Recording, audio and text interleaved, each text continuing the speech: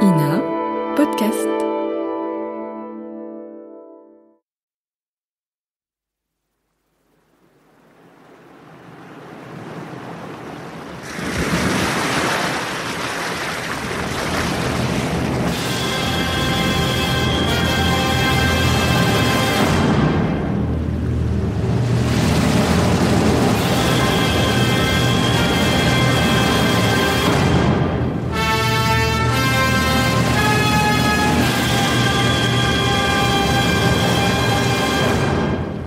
Le Comte de Monte Cristo d'Alexandre Dumas.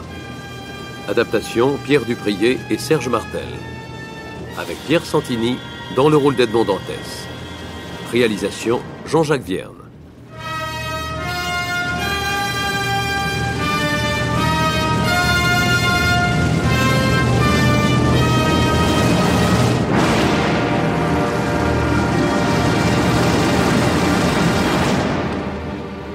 Aujourd'hui, 22e épisode, la chambre rouge de la maison d'Auteuil.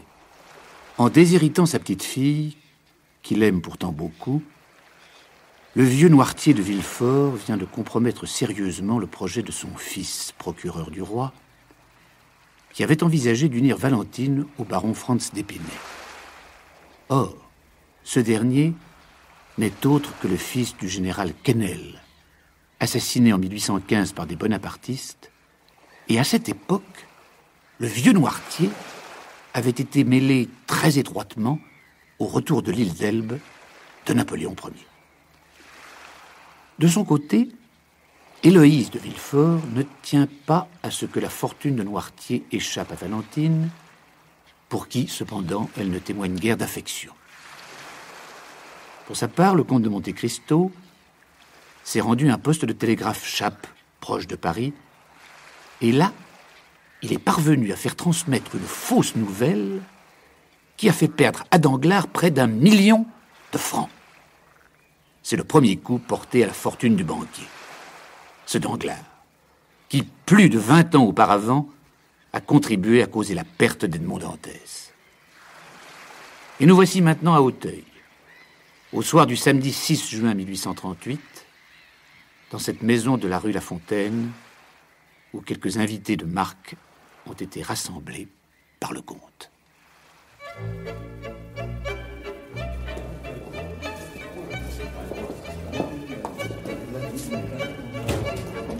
Monsieur le Major Bartolomeo Cavalcanti. Monsieur le Vicomte Andrea Cavalcanti. Cavalcanti, un beau nom. Vous dites vrai, Morel. Ces Italiens se nomment bien, mais ils s'habillent mal. Oh, vous êtes difficile, Château Renaud. Ces habits sont d'un excellent faiseur. Et tout neuf. Voilà justement ce que je leur reproche, mon cher Debray. Ce jeune homme a l'air de s'habiller aujourd'hui pour la première fois. Qu'est-ce que c'est que ces messieurs? Noblesse d'Italie, monsieur Danglars. Qui dit Cavalcanti dit race de prince. Belle fortune? Oh, fabuleuse. Ils essaient de la manger sans pouvoir en venir à bout. Ils ont d'ailleurs des crédits sur vous, à ce qu'ils m'ont dit. Je les ai même invités à votre intention. Je vous les présenterai. Il me semble qu'il parle très purement le français. Le fils a été élevé dans un collège de Marseille, ou des environs, je crois. Vous le trouverez dans l'enthousiasme. Oh, de quoi, monsieur le comte? Des Françaises, madame. Il veut absolument prendre femme à Paris. Une belle idée qu'il a là. Le baron paraît bien sombre. Est-ce qu'on voudrait le faire ministre, par hasard? Non, pas encore, que je sache. Je crois plutôt qu'il a joué à la bourse, qu'il a perdu, et qu'il ne sait à qui s'en prendre. Monsieur et Madame de Villefort.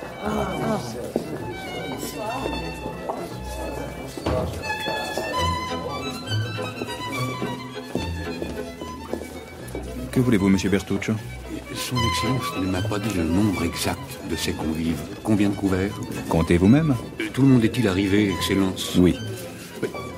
Ah, mon Dieu! Quoi donc? Ah, cette femme. Laquelle, monsieur Bertuccio? Celle qui a une robe blanche et tant de diamants. La blonde. Ah, madame la baronne Danglars. Je ne sais comment on la nomme, mais c'est elle, monsieur, c'est elle. Qui, elle? La femme du jardin, celle qui était enceinte, celle qui se promenait en attendant. Oh, En attendant qui? Lui? Monsieur le procureur du roi de Villefort? Oui. En somme. Mais je ne l'ai donc pas tué. Il n'est donc pas mort. Eh non. Vous le voyez bien. Au lieu de frapper entre la 6e et la 7e côte, vous aurez frappé plus haut ou plus bas. Et ces gens de justice, ça vous a l'âme chevillée dans le corps. C'est pas possible, mais... Voyons, rappelez votre calme, monsieur Bertuccio. Et comptez, monsieur et madame de Villefort 2, monsieur et madame Danglars 4, monsieur de Château-Renaud, monsieur Lucien Debré, monsieur Morel 7, monsieur le major Bartolomeo Cavalcanti 8. 8, bien. 9 couverts. Attendez. Vous êtes si pressé de vous en aller que vous oubliez un de mes convives. Là, sur la gauche, tenez, monsieur Andrea Cavalcanti. Ce jeune homme en habit noir qui se tourne vers nous juste à l'instant. Benedetto. Ah, fatalité. Il est 6h30, monsieur Bertuccio. C'est l'heure où j'ai donné l'ordre qu'on se mit à table. Vous savez que je n'aime point attendre.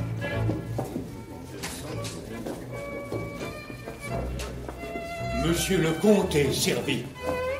Monsieur de Villefort, faites-vous donc le cavalier de madame la baronne Danglars, je vous prie.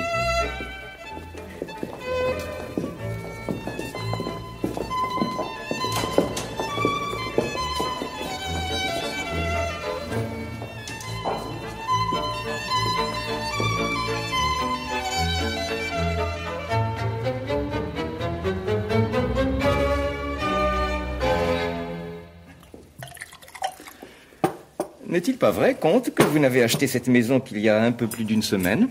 Ma foi, tout au plus. Eh bien, je suis sûr qu'elle a subi une transformation complète.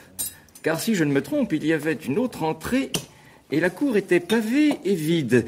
Tandis qu'aujourd'hui, elle possède un magnifique gazon d'arbres qui paraissent avoir 100 ans.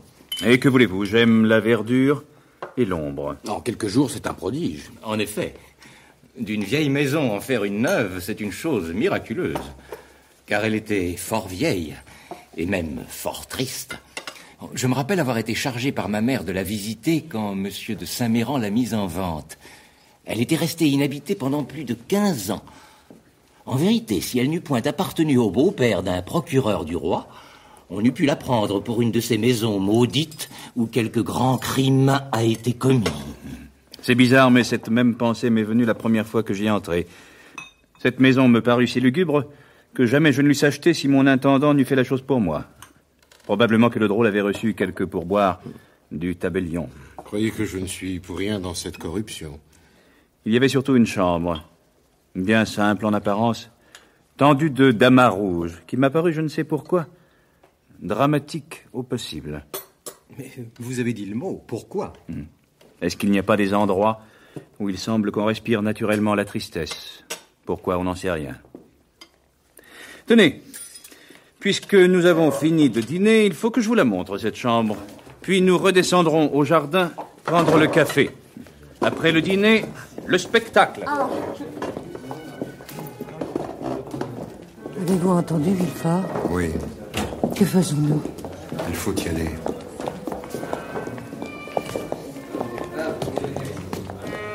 Super. Que c'est beau. Quel goût. Superbe. Magnifique. Oh, ces tableaux! Un Van Dyck! Vous avez vu ces deux Murillo? Et ce Holbein, je le connais. Il a été refusé par le musée qui le trouvait trop cher. Ah, cette tapisserie. Oh, quel goût! Quel luxe aussi! Et ce meuble-là, tenez. C'est un vrai Et cette musée. chambre meublée à l'orientale! Oh, cher comte, c'est tout simplement ravissant! Et voici la fameuse chambre. J'ai défendu qu'on y changeât quoi que ce soit. Courage, Hermine. Oh, Gérard! Oh, c'est effrayant, en effet! N'est-ce pas? Voyez comme ce lit est bizarrement placé. Quelle sombre et sanglante tenture. Et ces deux portraits au pastel que l'humidité a fait pâlir, ne semblent-ils pas dire, avec leurs lèvres blêmes et leurs yeux effarés, j'ai vu. Oh, Hermine! Je trouve que vous avez bien du courage de vous asseoir sur cette chaise où peut-être le crime a été commis. Oh! Et ce n'est pas tout. Mais quoi encore? Oui. Quoi d'autre? Car jusqu'à présent, je n'ai pas vu grand-chose. Que dites-vous de ce petit escalier?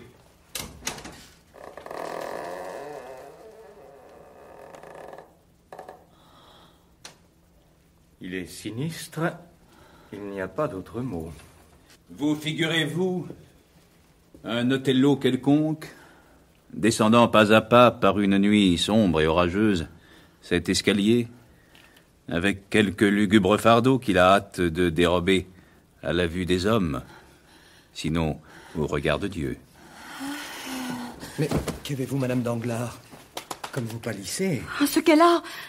Elle a que Monsieur de Monte Cristo nous raconte des histoires épouvantables, dans l'intention sans doute de nous faire mourir de peur. En effet, comte, vous épouvantez ces dames. En vérité, madame, est-ce que cette terreur est sérieuse? Non, non, monsieur, non. Mais vous avez une façon de supposer les choses qui donne à l'illusion l'aspect de la réalité. Tout cela est une affaire d'imagination. Car pourquoi ne pas plutôt se représenter cette chambre comme une bonne et honnête chambre de mère de famille?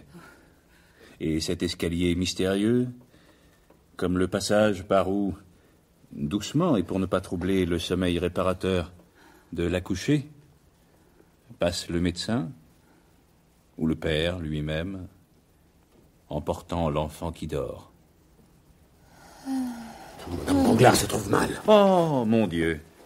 Et moi qui ai oublié mon flacon. J'ai le mien. Tenez, comte. Ah? Oui. Sur vos indications, j'ai essayé et réussi, je crois. Nous allons voir.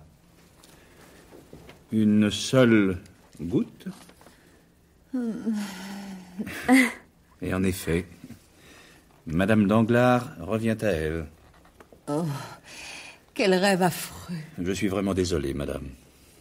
Venez, descendons au jardin prendre le café. Je crois que votre mari y est déjà.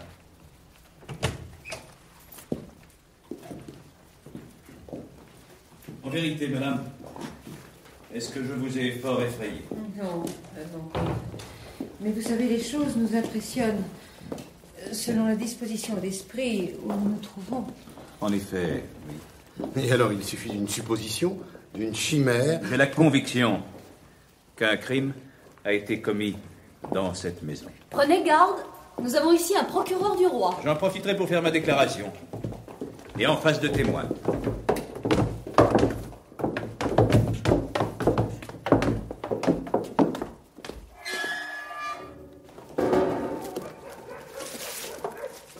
Eh bien, s'il y a réellement eu crime, nous allons faire admirablement la digestion. Il y a eu crime.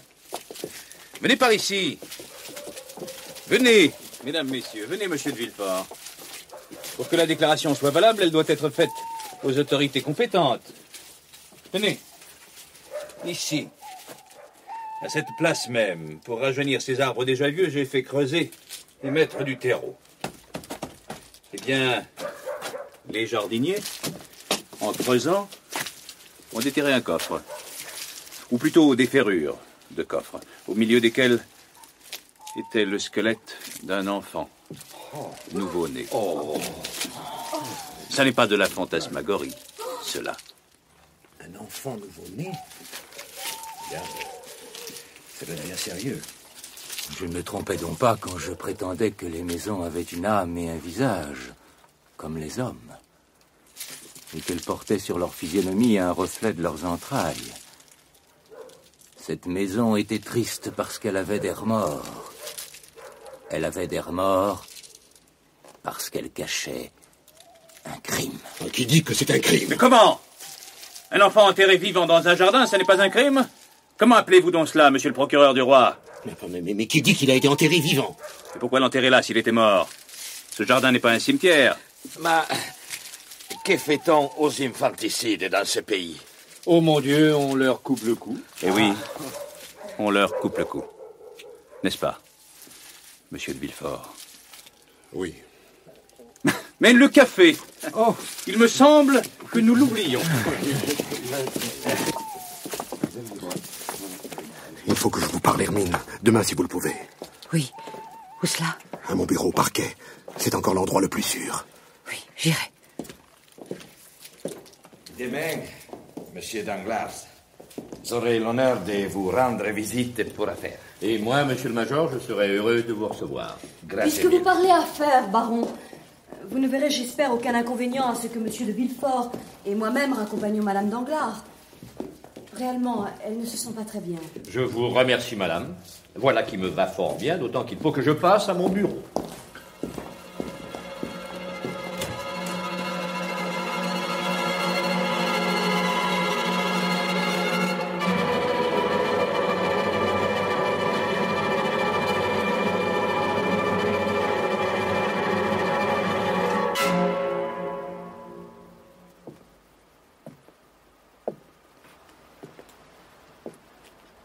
La prochaine fois, Alex, vous viendrez me prendre avec le tilbury au bas du perron au lieu de m'attendre à la porte. Oui, monsieur. Demande pardon, notre bourgeois. Ah, que voulez-vous? On ne m'en dit pas le soir. Éloignez-vous. Je ne m'en dis pas, mon joli garçon. Je désire seulement dire 2 mots à votre bourgeois, qui m'a chargé d'une commission il y a 15 jours à peu près. Voyons, que me voulez-vous? Dites vite, mon ami. Je veux que tu me laisses monter dans ta belle voiture et que tu me reconduises, mon petit Benedetto. Alex. Oui, monsieur. Cet homme a effectivement à me rendre compte d'une commission. Allez à pied jusqu'à la barrière et là, vous prendrez un cabriolet pour rentrer. Mais monsieur... allez, vous dis-je. Bien, monsieur.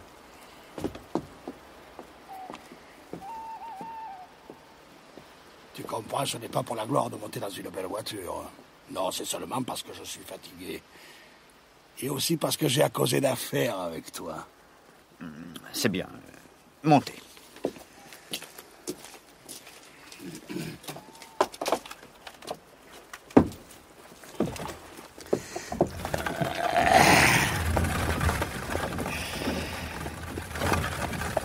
Pourquoi venez-vous me troubler dans ma tranquillité?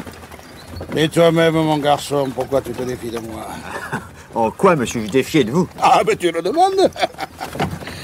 Nous nous quittons au pont du Var et tu me dis que tu vas voyager en Piémont alors que tu viens à Paris. Et alors, en quoi cela vous gêne? Rien, au contraire. J'espère même que tu vas m'aider. Ah, vous spéculez sur moi. Bon. Voilà les gros mots qui arrivent. Vous auriez tort, maître Cadrousse, je vous en préviens. Eh, ne te fâche pas, le petit. Tu sais ce que c'est, le malheur, ça rend jaloux. Je te vois dans le Piémont et je te vois passer à Auteuil avec un groom, avec un tilbury, avec des habits tout flambants neufs. Ah ça, mais tu as donc découvert une mine, hein? Ou acheté une charge d'agent de change? De sorte que vous êtes jaloux. Non, je suis content.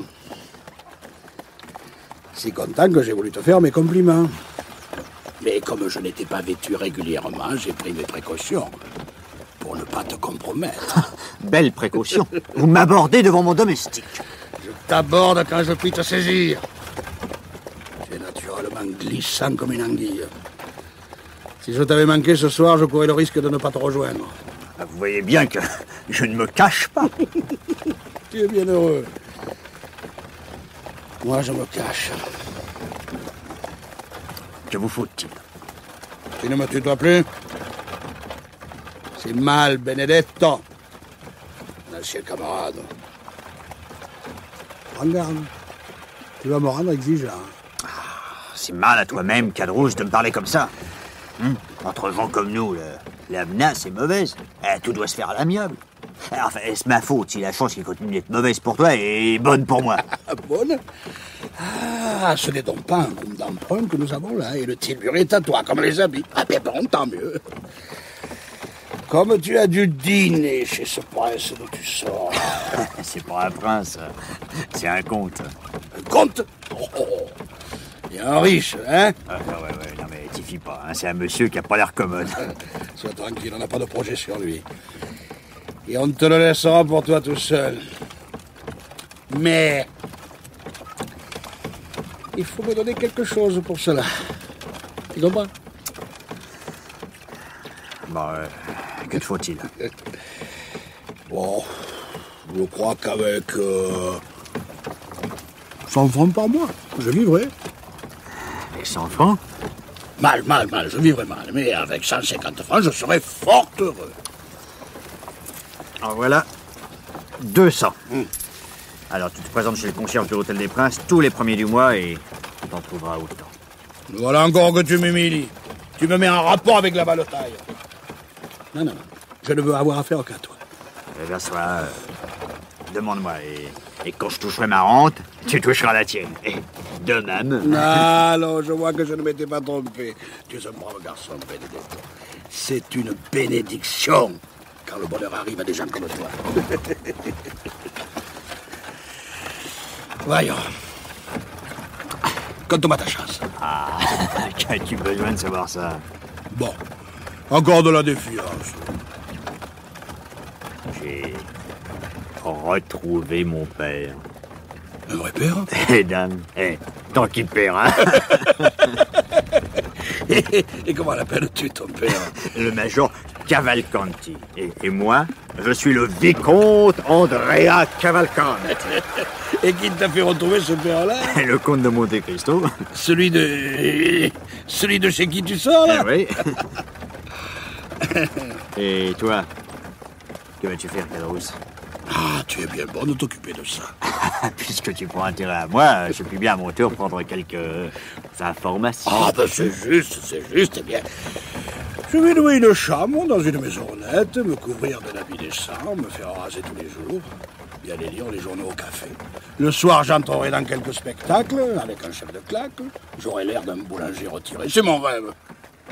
Si tu veux mettre ce projet à exécution et être sage, tout ira à merveille.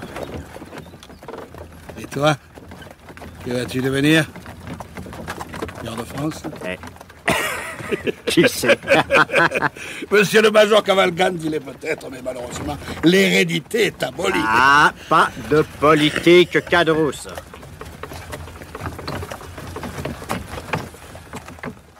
Et maintenant que tu as ce que tu veux que nous sommes arrivés, allez, saute en bas de ma voiture et disparais. Comme je suis là? Oh, un mouchoir rouge sur la tête, parce que pas de souliers, pas de papier du tout, et 10 Napoléons dans la poche, mais on m'arrêterait immanquablement à la barrière. Et alors, oh là là, je serais forcé pour me justifier de dire que c'est toi qui m'as donné ces 10 Napoléons. De là, information, enquête. Eh bien. Alors on apprend que j'ai quitté Toulon, sans donner congé, et l'on me reconduit de brigade en brigade, jusqu'au bord de la Méditerranée. Je redeviens purement et simplement le numéro 106, et adieu. Adieu mon rêve de ressembler à un boulanger retiré. Comment vas-tu faire pour passer la barrière sans éveiller les soupçons? Il me semble qu'avec ton costume, là, tu risques encore plus en voiture qu'à pied. Attends. Tu vas voir. J'enfile la houppelande que ton groom a laissée là. Chaude un peu juste, hein?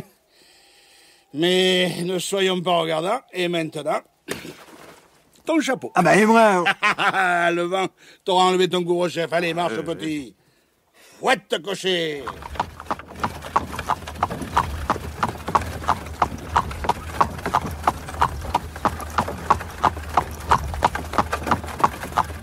Et là, pas trop vite, s'il te plaît, hein?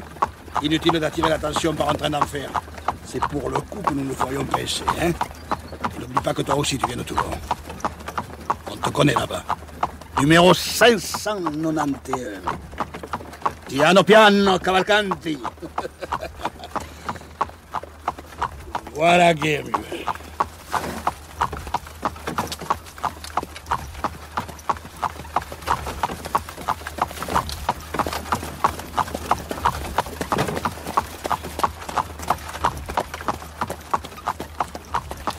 Nous voilà passés sans incident. Je vais descendre ici, si tu veux bien. Et mon chapeau, puis le manteau de mon domestique, là. Tu ne voudrais pas que je risquasse de m'enrhumer? Ah ben et moi? Toi, tu es jeune, moi je commence à me faire au mieux. Adieu. Au revoir, Benedetto.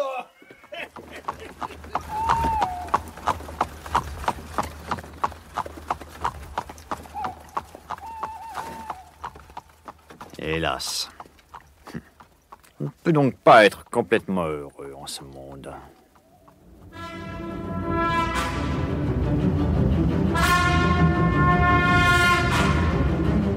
C'était Le comte de Monte Cristo d'Alexandre Dumas. Adaptation Pierre Duprier et Serge Martel. Aujourd'hui, 22e épisode. La chambre rouge de la maison d'Auteuil. Avec Edmond Dantès, alias Monte Cristo, Pierre Santini. Lucien Debray, Gilles Guyot. Maximilien Morel, Pierre Arditi. Château Renaud, François Marier. Le baron Danglars, Alain Mottet. La baronne Danglars, Claire Morier. Baptistin, Jacques Maire. Bertuccio, André Weber. Gérard de Villefort, André Oumanski. Héloïse de Villefort, Anne Deleuze. Andrea Cavalcanti, Jean-Paul Tribou. Caderousse, Armand Meffre. L'annonceur, Bernard Lavalette. Bruitage, Louis Amiel.